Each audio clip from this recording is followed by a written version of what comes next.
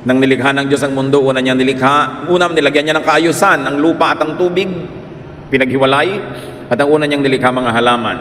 Plants, of course, would need space, light, and water. Kaya nauna na yung lupa, yung liwanag at tubig. From then on, plants would compete for space, light, and water. And that is amoral. That's just the way life is. Walang masama, walang mabuti sa ginagawa ng mga halaman na pagpapaligsahan, pagpapataasan sa gubat para makakuha ng liwanag ng araw, pagpapalaliman ng ugat para makakuha ng mga yaman ng lupa, pagpapalawak ng mga sanga para walang tumubo sa ilalim niya, para wala siyang kakompetensya. Kung paano nagpapakatayog ang isang puno at ginangapangan naman siya ng baging, kinakapitan ng mga dapo para sila ay mabuhay, walang masama't mabuti. There is nothing moral or immoral about that. The issue of life is amoral. And we understand plants. Genesis 1:20-25, God said, I command the ocean to be full of living creatures, and I command birds to fly above the earth. So God made the giant sea monsters and all the living creatures that swim in the ocean. He also made every kind of bird. God looked at what he had done, and it was good. Then he gave the living creatures his blessing. He told the ocean creatures to live everywhere in the ocean, and the birds to live everywhere on earth. God said, I command the earth to give life to all kinds of tame animals, wild animals, and reptiles. And that's what happened. God made every one of them. Then he looked at what he had done, and it was good. So matapos ang mga halaman, binigyan ng Panginoon ng buhay ang mga nakatira sa tubig, ang mga lumilipad sa himpapawid, at ang mga hayop na naglalakad at gumagapang sa lupa. From then on, animals would be preoccupied with staying alive. They would compete for space, for food and drink, like plants. And that is amoral. That's just the way life is. So kung yung mga hayop man ay naglalaban-labanan, pinag-aagawan sila sa kakainin nilang damo, gumagawa sila ng paraan para mabuhay, we don't judge them as immoral. That's the way life is. They are supposed to stay alive. We understand animals. Genesis 1:26-31. God said, now we will make humans, and they will be like us. We will let them rule the fish, the birds, and all other living creatures. So God created humans to be like himself. He made men and women. God gave them his blessing and said, have a lot of children, fill the earth with people, and bring it under your control. Rule over the fish in the ocean, and birds in the sky, and every animal on the earth. I have provided all kinds of fruit and grain for you to eat, and I have given the green plants as food for everything else that breathes. This will be food for animals, both wild and tame, and for birds. God looked at what he had done. All of it was very good. Now, tao naman ang nilikha. At binigyan ng utos, magpakarami kayo. Dahil dadalawa pa lang sila nun. Konti pa lang sila. So magparami kayo. At kayo ang mamahala sa lahat ng nilikha. How do you understand humans? We have to understand that life on the planet is about the balance needed to sustain it. Ecological balance, many people call it. Kanya-kanyang lugar, kanya-kanyang pagkain, kanya-kanyang papel sa buhay. At dahil ang buhay ay buhay, life is about birth. Dapat maipanganak. Kasi hindi ka naman magsisimulang mabuhay kung hindi ka maipapanganak. Birth muna para magka-life, para tuloy ang buhay. Therefore, most of the preoccupation of life is about reproduction. How can you fill the earth if you don't reproduce? How can you dominate God's creation and rule over it if you are a few? So there's one basic truth, that life will mostly be about sex. And it is something that you have to understand from the beginning, or you will misunderstand it all your life. The cycles of life is about puberty, courtship, marriage, childbearing, and even the undesirable extramarital affairs, the attendant lust that goes with being naturally inclined to reproduce, and then all the troubles of being together that leads to divorce, and then remarriage to have a second chance at life again. All these are about reproducing, so that you will have offspring, or having a partner, so that you will have a better quality of life. And even doctors tell us that those who have partners are healthier, and they live longer, and they respond better to medication. So life is about staying alive and staying well. Dikta yan ng kalikasan, hinihingi ng buhay. Genesis 1:27-28. So God created humans to be like Himself. He made men and women. So He gave them His blessing and said, have a lot of children, fill the earth with people and bring it under control. Reproduction was life's natural command. Hindi dapat maubos ang tao pag nalagot ang mga saling lahi. Paano pa magkakatao uli? Pero dapat nating unawain na yung utos na yun dahil konti pa yung tao. Pag siyempre sumobra na, survival would require population management. The law of the jungle takes care of that among animals. Pag sobrang dumadami yung palaka, kinakain sila ng mga ahas, mauubos sila uli. Pag sobrang kumonti ang mga ahas, dadami yung palaka. Pagka naubos yung mga palaka, dadami yung lamok. Dapat may balance.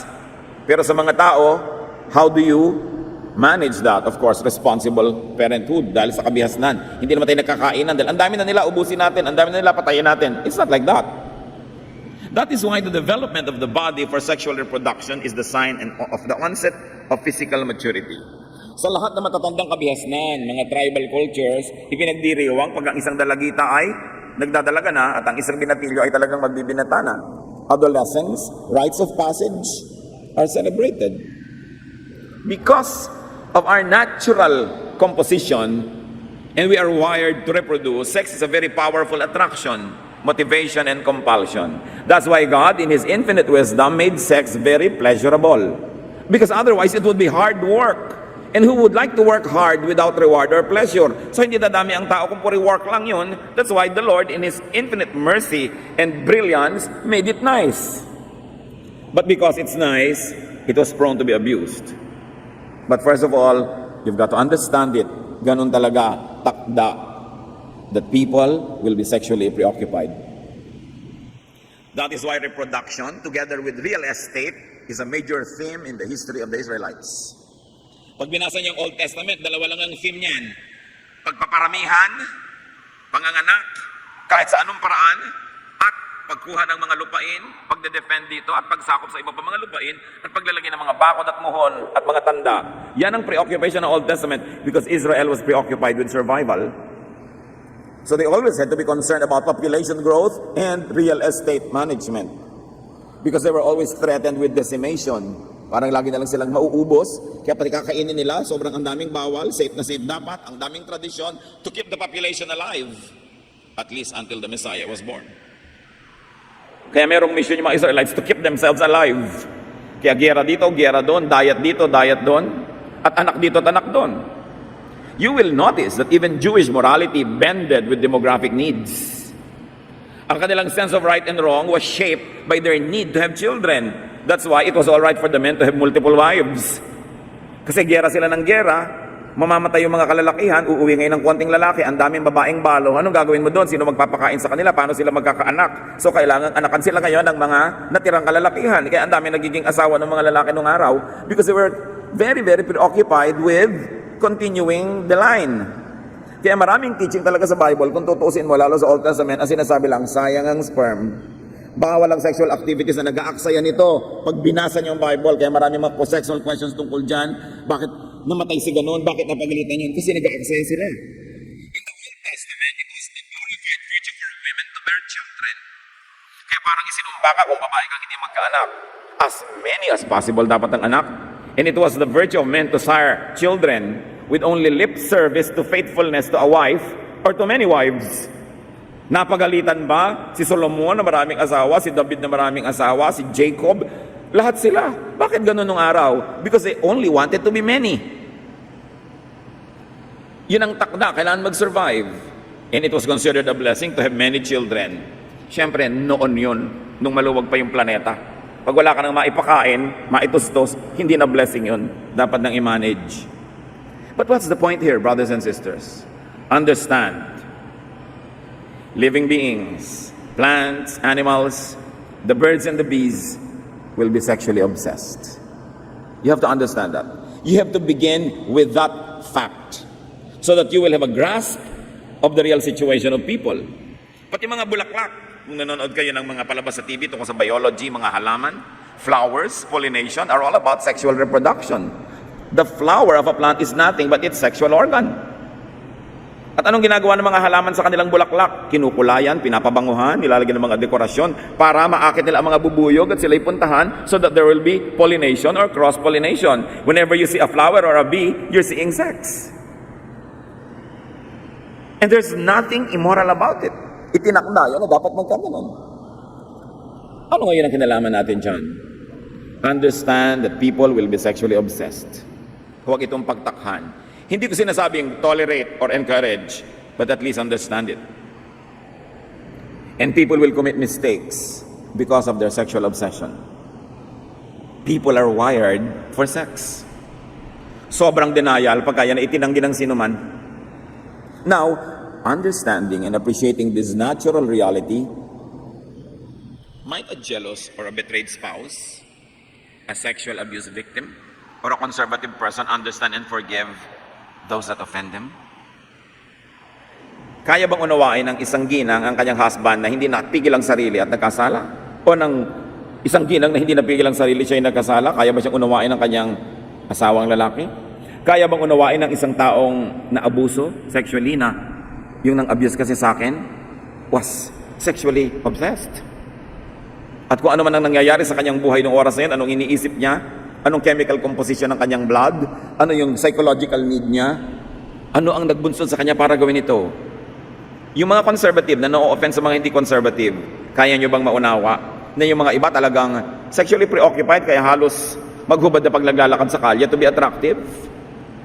Hindi ko sinasabing i-tolerate o kaya encourage. Ang sinasabi lang natin, unawain man lang. Kung saan nagmumula ang mga tao dahil ginagawa nila ang mga ginagawa nila. At itong pag-iisip na ito para sa offended, hindi para sa offender. Dapat ang nag-iisip ng pangunawa ay yung na-offend. Hindi yung nakaka-offend ang nagsasabing, unawain mo ako. No. Pero yung ikaw yung na-offend, ikaw yung nagagalit, ikaw yung nagdaramdam, dapat kang umunawa. Una, para makalaya ka. Kasi kung hindi mo inuunawa, magagalit ka, mamumuhi ka, lugi ka rin. Hindi ka makakapagpatawad. Pag hindi mo inunawa, halimbawa ang spouse mo na minsan nagkamali dahil nadarang, nag-init, nagsiklab, sumabog, ano, maghihiwalay na kayo forever? Itatapon mo na lahat ng pinagsamahan nyo dahil sa isa niyang pagkakamali. Remember, ang kausap ko dito ay yung magpapatawa dahil hindi nagkakamali, dahil hindi ito dapat gawing excuse para patuloy kang magkamali. Pero ikaw, na pwede kang magpatawad, hindi mo ba isipin yan? Ang unang paraan po, nung wala pang mga kabihasnan, was the law of the jungle. Base animalistic nature. Kaya nagkaroon ng civilization.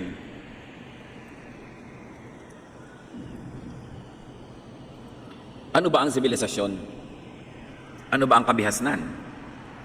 Ang civilization dapat may law. May bawal at may parusa sa gagawa ng bawal. Bakit? Pag pinagsama-sama mo ang lahat ng tao na sexually preoccupied, pag pinagsama-sama mo ang lahat ng tao, gusto kumain, gusto mag-survive, gusto manalig, ano mangyayari? Chaos. Violence.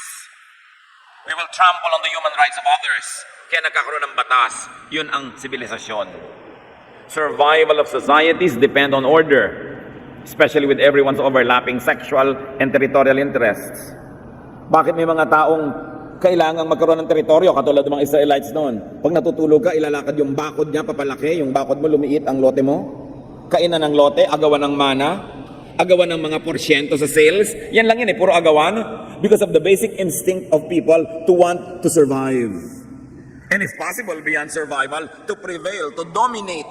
Tulad ng ginagapang ng baging yung halaman hanggang makuba yung halaman at baging na lang na buhay, which is considered amoral among plants. And because we are part of creation, meron tayong likas na gusto mong manaig, gusto mong lumamang, gusto mong ikaw yung makakain, gusto mong agawin yung asawa ng may asawa, kaya may batas. Kaya nagbigay ang Diyos ng batas, at kaya ang bawat sibilisasyon na may batas, sapagkat hindi pwedeng sundin ng tao lahat ang gusto niya. Dahil marami siyang gusto na hindi naman kanya at hindi dapat niyang makuha. Meron siyang mga gusto na lampas na sa dapat niyang matanggap. Pero ang tendency ng tao, because of this dictation of life to continue itself, we will tend to be selfish, greedy. We will tend to be immoral and bad. When uncontrolled, when unchecked, people will become beasts. Kaya may batas. There is morality. A concept of right versus wrong behavior, which from society to society changes. Dahil kung ano ang pangangailangan ng society na yon, anong tunay nilang kalagayan, anong reality nila, nag-a-adjust doon yung kung ano yung tama at mabuti sa kanila. May mga society sa limbawa na tama lang sa kanila na sunugin nila yung gubat, kasi kainginero pala sila. Pero sa mga environmentalists, hindi tama yon kasi ayaw naman nilang makalbo yung gubat. So nagkakaroon ng kani-kanyang mga pagpapalagay, kaya nagkakaroon ng isang batas sa pambansa para ang lahat doon magsasubmit kasi hindi pwedeng kanya-kanya. Kaya bawal magtapon ng mga basura sa ilog at sa mga kanal kasi alam natin na pag napuno ng basura ang mga kanal at umulan, hindi dahil yan tubig, babaha. Everybody's affected. Kaya may batas. That's why there is desirable and undesirable behavior dictated by tradition. There are laws and legal punishments and they were developed. And more than that, God instituted religion. The arbiter of correctness and wrongness. That's why the Lord appointed prophets and priests to arbitrate and to tell people what is right and what is wrong. Not that because people need to be told, because they know anyway, but because people would like to do what's wrong because it will give them more benefit. That's why it has to be controlled.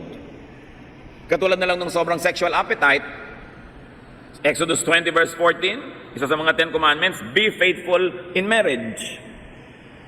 So hindi mo pwedeng sabihin, kasi iinit ang aking damdamin, may apoy sa aking kandungan, busan mo ng tubig. Hindi pwedeng may apoy sa aking kandungan tapos paglalagablabin mo hanggang buong barangay nagsiklab. May batas ang Diyos tungkol dyan. Hindi pwedeng sumusunod ang lahat ng likas kasi dadali niyan tayo sa gulo. Exodus 20:17, another commandment, do not want anything that belongs to someone else. Don't want anyone's wife or husband.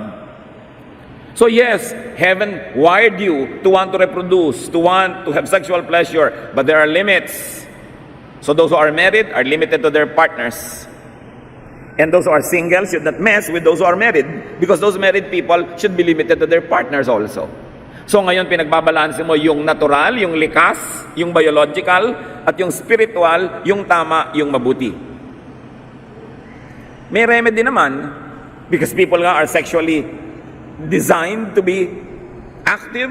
1 Corinthians 7:9, sabi ni Paul, if you don't have enough self-control, then go ahead and get married. After all, it is better to marry than to burn with desire. So sabi ni Paul, also, meron kayong mga desires, pues mag-asawa. Ano po yung unsaid? That everything is honorable in the marriage bed. Na dapat lahat ng siklab, apoy, init, lagablab, gawin nyo within marriage, and it's acceptable, even honorable. But outside of that, the law of God and the laws of most lands prohibit it. So marriage yung ginawa sa Bible na solution sa gulo. Meron kang pagdadalhan ng mga natural mong mga nararamdaman, pero may tamang lugar doon at tamang panahon, and outside of that is not acceptable. To establish order, behavior has been controlled by the temple and by the palace, by the church and by the state.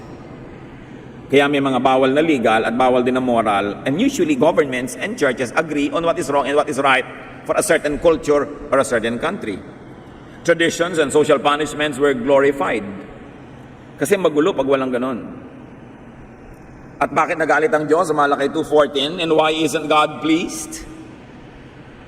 It is because He knows that each of you men has been unfaithful to the wife you married when you were young. You promised that she should be your partner, but now you have broken that promise. Ito yung sumbat ng Diyos sa mga kalalakihang nagtataksil sa kanilang asawa. Sabi ko noon, galit ako sa inyo, hindi ako natutuwa sa inyo, dahil pinagtataksilan nyo ang mga babaeng pinakasalan nyo ng mga pare-pareho pa kayong bata. Bakit nyo sinisiraan yung pangako?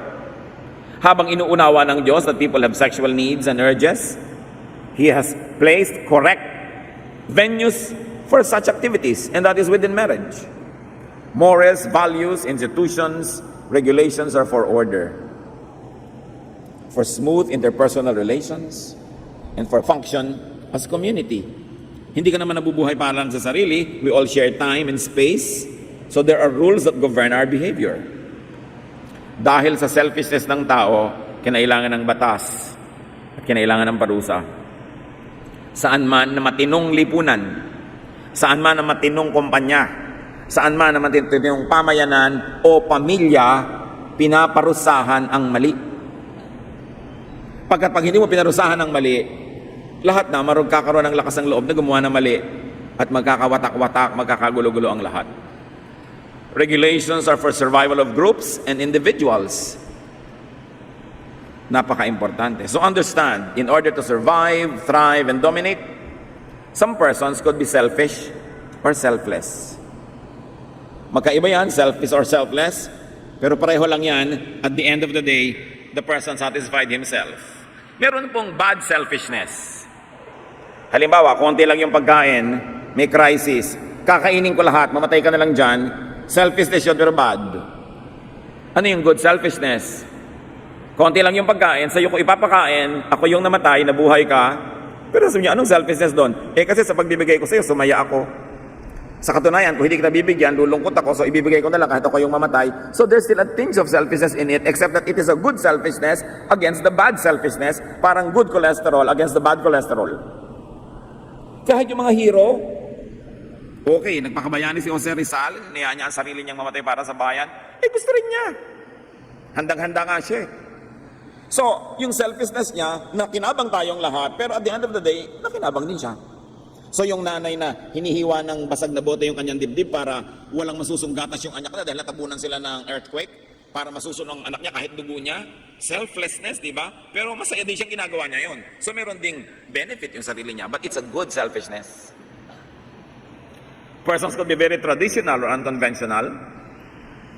Persons could be conservative or innovative, individualistic or groupist. In other words, iba-iba ang tao. Kuminsan hindi mo magugustuhan yung hindi mo katipo, pero isa lang naman ang gusto ng tao makamit niya yung gusto niyang makamit, magawa niya yung gusto niyang magawa, mangyari yung gusto niyang mangyari, magkakaiba lang ng approach. Some people think that they will survive by being individualistic. Some people think that survival is better when you're groupist. So magkakaiba yung attitude, pero survival pa rin ang layunin. Kanya-kanyang approach, style, pagsisikap mabuhay, at kuminsan pagsisikap manaig o magwagi. Sa contest, magagalit ka ba doon sa nanalo ng first prize? Samantalang pwede rin naman na ikaw yung nanalo, kaya lang hindi ikaw yung nanalo. So there is nothing immoral about winning because you all join it, except that some win and some don't. So hindi ka dapat nagagalit doon sa nanalo. Ganun talaga, siya yung nanalo. Understand people, kahit ikaw ang casualty. Iba-iba ang pinanggagalingan, pero isa lang ang pinupuntahan, survival or dominance. Understand others. Understand the un-you. Yung hindi ikaw, yung kabaligtaran mo, unawain mo. Understand your opposite. Understand even the competitor. Meron nga ako isang kausap, sabi ko, pambihira naman yung isang chain of companies. Puro sila na lang, lahat na lang sila. Ang dami-dami na nilang brand, sila na lang sila. Sabi naman nitong isa, kasi magaling lang sila. Kung hindi naman sila magaling, yung ibang brand ang dadami ng dadami. Ganun lang talaga. Ganun ang buhay. Ba't ka naman nagnenegosyo para kumonti ang branches mo? Di ba? Gusto mong damihan? At kung kaya mong damihan at magagawa mo, dadamihan mo naman talaga. Yung iba hindi lang dumadami dahil hindi nila magawa. So, ganun talaga yung buhay. So, uunawain mo. Understand even favoritism. O hindi kayo paborito ng nanay nyo, siguro hindi kayong kamukha.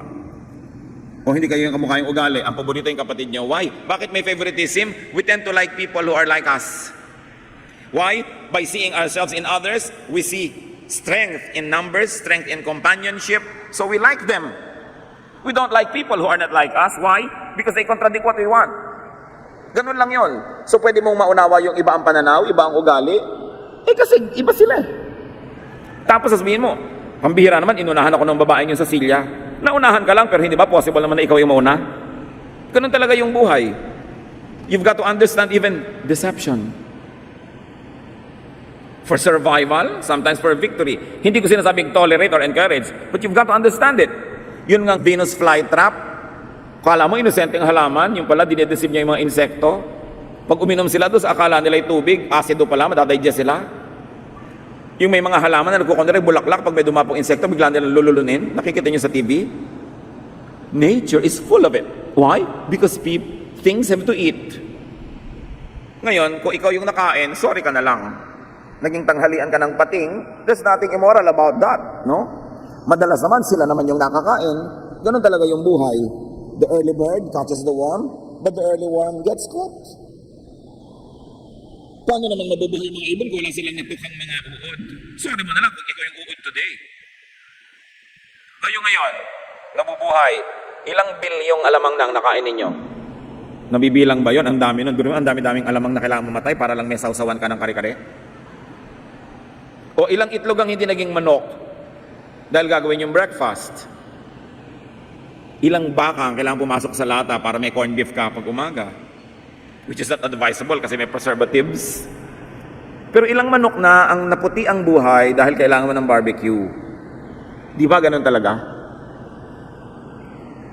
Siyempre, yung manok pag hinahabol mo sa probinsya, hinahabol na lang yung manok kasi gusto nilang kainin. Siyempre, yung manok lipad ng lipad. Magagalit ka ba dahil gusto niyang mabuhay? Pero magagalit ba yung manok dahil gusto naman ng taong may kainin bukas? Yun yung buhay. Pag inunawa natin ang ating kapwa-tao from that point of view, sa mo, pambihira namin yung pinsan ko na yan, inagawan kami ng mana, sa takot na siguro maghirap. Sa gusto niyang manaig, dinisib ka. Kaya may batas. At kaya dapat marunong ka para hindi ka ma-deceive. Dapat hindi ka nandadaya at hindi ka rin padadaya. Because life forms must live. And often, it is at the expense of other life forms. Sabi nga nung isang tao sa isang pelikula, the living eat the dead. The only reason why you are living now is because of so many creatures who died. Because you wanted to eat them. Agawan. Kaya mo bang unawain ang agawan kahit ikaw yung nawalan? Ang taas nito mga kapatid ang pinag-uusapan natin. Kasi ang taas na ng spirito mo, pag naagawan ka na, naunawa mo pa yung agaw. At may mga taong ganon, na isnatchan, tapos napaupo, ang kawawa naman. Sino, ikaw? Hindi siya. Bakit naman kailangan pa niya mag-snatch? Maunawain. Naiintindihan niya kailangan mabuhay yung tao. Pero pag lagi ang tingin mo sa kapwa, ay kalaban mo dahil lang gusto niyang mabuhay, magagalit ka sa lahat ng kapwa mo tao kasi lahat ng kapwa mo tao gusto mabuhay. Magagalit ka doon sa na-promote sa office. Yan kasi sip-sip, na-promote tuloy. Kasi ganito. Eh, syempre, kung kaya mo ma-promote, at sa lagay, wala siyang gagawin para hindi siya ma-promote. Natural lang yun. Kaya may the best person win. Ganun lang yun. Walang personalan. Now, use this to understand, not to seek to be understood. Do not use this as an excuse to be uncivilized. But when people are uncivilized to you, at least understand them. Sasabihin mo, kasi, tao. Kasi marami nagtatanong lagi sa akin sa tagal-tagal ko ng pastor mga kapatid, na 3 dekada, Pastor, paano po ba nagpapatawad? Hindi ko talaga magawa. Hindi ka nakakapagpatawad kasi hindi mo inuunawa. Pag naunawaan mo na, doon ka lang nagpapatawad. Kaya ang mga magulang, madali magpatawad. Kumisan hindi pa nga nagkakasala yung anak, napapatawad na. Bakit? Kasi kilala nila yung anak at inuunawa nila. Bakit po violento yung anak nyo tapos napang-asawa ko siya? Alam mo kasi iha nung bata yan, nabagok. Nadagan na ng tren ng ulo niya. So, dahil uunawaan mo siya, napapatawad mo. Bakit po ang damot-damot ng anak nyo? Kasi alam mo nung maliit yan, taghirap kami nun, wala yang nakaing masarap, at nag-aagaw-agaw sila magkakapatid, lagi siyang talo. Kaya ngayon, hanggang ngayon, nakikipagagawan pa. You understand because you know. Hindi ko sinasabi mga kapatid na mag-tolerate tayo at gawin nating masamang ugali natin. Pero pag may taong masamang ugali, hindi nyo mapatawad, subukan nyo unawain muna. Bakit siya ganun? Mga ginang, kaya nyo bang maunawa yung mga kiridang inagawang asawa nyo? Sa una, no? Pero pag naisip mong, sexually abused pala yun nung maliit, wala palang nagmahal sa kanya. Kaya nung makita niya ang asawa mo, sabi niya, mahalin mo ako para sa lahat ng hindi nagmahal sa akin. So baka pwede niya nang simulang maunawa, no? Tapos yung pala, insecure siya, natatakot siya mapag-isa, hindi man niyo siguro matanggap, pero mapabawasan ang galit niyo. And then you will begin to see this woman as, kawawa naman, bakit kailangan niyang mag-agawan ng asawa ng may asawa? Kasi walang tumototoo sa kanya ba? So maunawaan niyo, importante. Now, life is about reproduction. Number 2, life is about growth. Hindi naman pwede ipanganak ka lang tapos na. Dapat lumaki ka. So, you understand consumption. People will be consumers. Sa Bible nga, nung taghirap, nagkaroon ng famine, may mga nanay na iniluto ang kanilang mga anak. Can you imagine? Tapos, nagpatalinuhan. Yung dalawang nanay, sabi niya, alam mo, lutuin natin yung mga anak natin. Sabi naman ng isa, sige, yung anak mo muna. Pumayag naman tong isa. Di nagkain na sila. Nung nakakain na sila ngayon, bumalik na yung katinoan. Nung ngayon magugutom na sila uli, sabi naman nung isa, yung anak mo naman, ayoko nga. Nagkagalit sila, nagsumbong sa hari. Dahil bakit sabi yung anak ko niluto namin, ito yung anak niya ipaluto. Ba't ka nauna na pumayag? Kaya may cannibalism. You can never tell. Nakikita nyo yung mga boat people, mga refugees from other Asian countries. Sinisikap nila magpunta sa Pilipinas, sa Palawan. Sasakay sila sa bangkang kay liit-liit na walang makina. Sa gitna ng dagat, nagkakain na sila. Ang daming ganon. Because life must live. The living hit the dead. That's why we need morality, we need God, and we need government. Otherwise, the law of the jungle will prevail. Gusto kong ipakadiin-din at paulit-ulitin. Hindi ito para maging excuse para tayong mag-asal hayop. Pero unawain natin yung mga nag-aasal hayop. What makes them do that? What is their need? Ano ba ang kanilang genes? Ano ba ang mga uri ng dugo ang nananalaytay sa kanilang mga ugat? Ano ba ang kanilang blood type? Ano ang body type? Ano ang childhood nila? Ano ang experiences nila in education? Anong upbringing? What emotion are they go through? What are their deprivations? Ano ang kanilang mga pangunahing mga gusto sa buhay? Ano ang nararamdaman nila? What was their body chemistry? Lahat yan naghahalo-halo, naglalakip-lakip, so people behave the way they behave. To understand the complexity of the human behavior will be to set yourself and get yourself ready to love people. So you understand selfishness. Nasubukan niyo naman, may kasama kayo sa bahay na bodybuilder. Gusto niya kainin na lahat yung pagkain, hindi ba? Parang lahat ng karne doon, lahat ng steak doon, kailangan makain niya. Kasi yung mga muscle niya, bawat niya nagsisisigaw, karne. Calcium. Kaya nangangayayat yung mga asawa ng bodybuilder. Hindi ba nilang alaki ng budget nila? Sa kanya napunta lahat yung calcium. So may mga nang-uuna, nag-aagaw. Kasi, tao. Nag-aagawan sa bus, nag-aagawan sa ganito, kasi gusto makauwi. May nakatakda sa tao, tulad ng genes. At meron din naman nakokontrol, kaya tinitimpla. Pag alam mo, nagaling ka sa isang lahing marahas, isang lahi na mainitin ang ulo, lagi nagagalit, alam mo na magtatrabaho ka extra hard to control it. Kasi you're genetically predisposed to be violent. May genetics involved Pero hindi yan excuse dahil may spirito tayo that is above matter. Kaya laging tinitimpla yung lupa, yung espiritu, yung makadiyos, yung makalupa, para magkaroon tayo ng behavior na katanggap-tanggap para sa lahat ng nasa paligid sa atin. So life is about reproduction, life is about growth, and life is about continuity, perpetuity. Dapat tuloy-tuloy ang lahi, ang mga saling lahi. And that brings us back to reproduction. Kaya yung sex na yan, isa sa napakalaki mga motivation sa mundo. Hindi yan matatapos, hindi yan mauubos. Live with it because it's there. You only have to put it under control. You have to put it under checks and balance, under the checks of decency, morality, correctness, but it will be there. You've got to understand it, that once in a while, people who work hard to check themselves will have lapses, will fall, will have errors. What do you do when that happens? Sasabihin mo, tao kasi. Ang nagsasabi nun yung na-offend, hindi yung offender. Reproduction, progeny, heritage, this is me. Kaya sobra tayong magmahal sa anak. Bakit mahal na mahal ng tao ang kanyang anak? Bakit kahit unggoy, mahal yung anak niya? Bakit kahit bibe, mahal yung anak niya? Yung manok, mahal yung kanyang mga inakay? Nagpasya ba yung manok na mamahalin niya yung inakay? Nagpasya ba yung bulate na mamahalin niya yung kanyang anak? Nagpasya ba yung mga pagong na poprotect nila yung kanilang mga itlog, tatabunan nila ng mga buhangin? No, nakatakda, inilagay doon ng Diyos. Mamahalin mo ang iyong anak. Bakit? Through your anak, mabubuhay ka forever in the sense that your genes will flow from generation to generation. There will be perpetuity. There will be eternity. Kaya likas ang pagmamahal sa anak. Napaka-abnormal na hindi mo mahal ang anak mo. Ngayon, mahal mong anak mo, gusto mo siya maging first honor. Mahal din ang kumare mo yung anak niya, gusto niya maging first honor. Naglalaban ng kayo ngayon. There is nothing immoral about it. May the better person win. Walang personalan, kung yung anak niya naging first honor, nagalit na kayo forever dahil natalo yung anak mo. Ganun talaga. Natural lang sa kanila, gusto nila siyempre manalo, alangan namang hindi. So, importante mga kapatid, unawain ang kapwa. But above the genes, above body chemistry and electricity, is the Spirit of God that should prevail.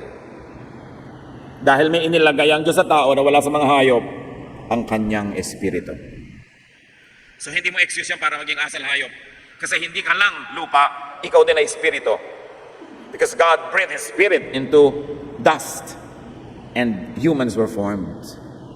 Pag nagkakaroon tayo ng pagtatalo, magpapakahayop ba ako, magpapakatao, kailangan ba bang pag-isipan yun? May choice tayo. Piliin natin magpakatao. Magpapakahamak ba ako o magpapakadakila? Piliin natin maging dakila. Isusuko ko ba ang lahat ng katwiran, lahat ng tama, para lang mapagbigyan ko yung gusto kong, ako makakain ng gusto kong kainin, ako manalo ng gusto kong mapanalunan, o magawa ko lahat ng mga sexual desire ko kahit kanino? Piliin natin na pigilin ang sarili. Dahil bunga ng Espiritu ang pagpipigil sa sarili. Ang mga hayop hindi nagpipigil sa sarili. Ang mga aso nagsisex kahit sa plaza, kahit sa elevator o escalator. Pero hindi tayo hayop. Tao tayo. Dapat tayo ay pinamamahalaan ng decency, morality, nobility of character, because we should not offend the Spirit of God that resides in our bodies. Yun ang batas sa sarili. Ang batas mo sa iba, to understand, to forgive, and to love even those that offend and victimize us.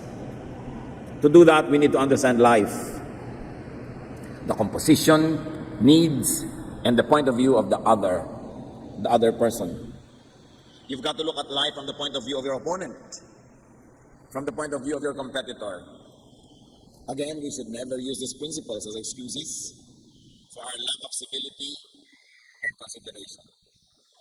But we would use this to help us understand others. Especially if the other is your husband or parent or child or brother or sister or friend or neighbor. We can only use them to understand others. We can only use them to comfort ourselves and others. And to warn us against our own untamed animalism. Pag inaalala natin ang lahat na ito para lang paalalahanan ang sarili natin na pag hindi natin sinupil ang ating sarili, magiging mga asal hayop tayo. So sinusupil mo yung sarili. May buffet, nauna ka doon sa pila, magpakatao ka, huwag mong kunin lahat. Kailangan may matira sa iba. Kumisan buffet pa lang, bagsak na eh. Para na tayong mga beasts. Para ka mauubusan. Alam niyo yung mga nauuna sa buffet, yung first 10 people, you've got to be very fast. Huwag niyong kunin lahat, bumalik na lang kayo. Kasi ang tagal maghintay. Pag hindi kayo yung kumukuha, tapos ito na, ano nga ba gusto ko dito? Ay, ito nga ba? Ayun nga ba? Gusto ba nang itulak ang tagal-tagal? Nararamdaman niyo ba yan sa buffet? Ang arte-arte nung kumukuha, ganyan-ganyan pa, konti-konti, hindi lang isang sandok na malaki agad. We have to be considerate of others who are hungry. Alam niyo naman tao, pag nagugutom, nagiging hayop. Pag nabusog na ulit, bumabalik yung pagkatao. You see, body chemistry. So be generous and understanding of others. Be self-controlled and strict with yourself. 1 Peter 5:8. Be self-controlled and alert. Your enemy, the devil, prowls around like a roaring lion, looking for someone to devour. So understand your competitor, your opponent, your assailant, your aggressor, your offender. Gusto lang niyang mabuhay. Kung minsan kailangan niyang agawin sa iyo yung ikakabuhay niya, kaya bantayan mo. O magbigay ka na ng kusa para hindi ka na kailangang agawan. 1 Peter 4:8. Most important of all, you must sincerely love each other because love wipes away many sins. Bakit nabubura ng pag-ibig ang mga maraming kasalanan ng iba? Kasi nauunawa mo, pagmahal mo. Nagpapatawad ka at ganun ang pagpapatawad ng Diyos. Bakit tayo pinapatawad ng Diyos? Kasi naunawaan niya tayo.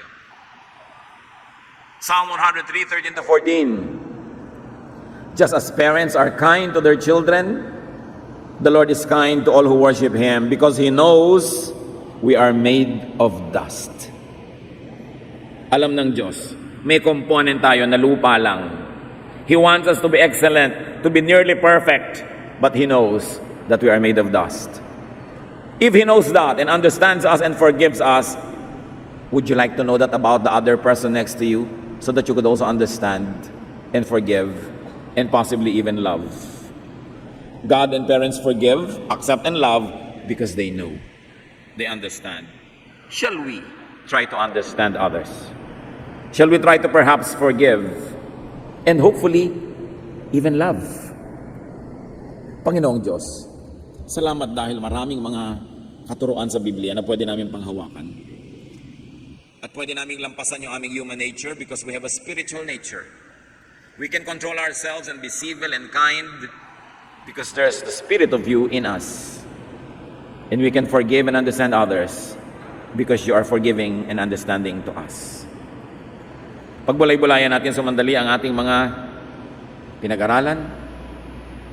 At nais ko ngayon kayong hamunin, isipin nyo yung mga taong hindi nyo maunawaan, nagagalit kayo, nainis kayo, natalo kayo, naagawan kayo, nadaya kayo, nasaktan kayo.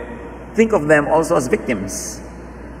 Think of them as people who are only trying to survive, who are trying to get a piece of land, or some amount of money, or some fame, some honor, some pleasure, some recognition, even some affection. Think of the many people who offend and hurt you as victims too. Panginoon, turuan niyo po kami. Kung di man namin lubos na mayakap at mamahal yung mga taong galit kami, maunawa man lang namin. At sa pangunawa, makapagpatawad kami dahil ito ang iyong utos at ito rin ang paraan para mapatawad mo kami. Pagbulay-bulayan natin mga kapatid, how to understand others. Travel beyond yourself, beyond your selfish world, and try to extend understanding and compassion to people, even if they are your opponents. Lord, sa katahimikan po namin, payapain mo kami, pawiin mo ang aming mga galit, inis, palitan mo ng pangunawa. Let's be alone for a while with the Spirit of the Lord.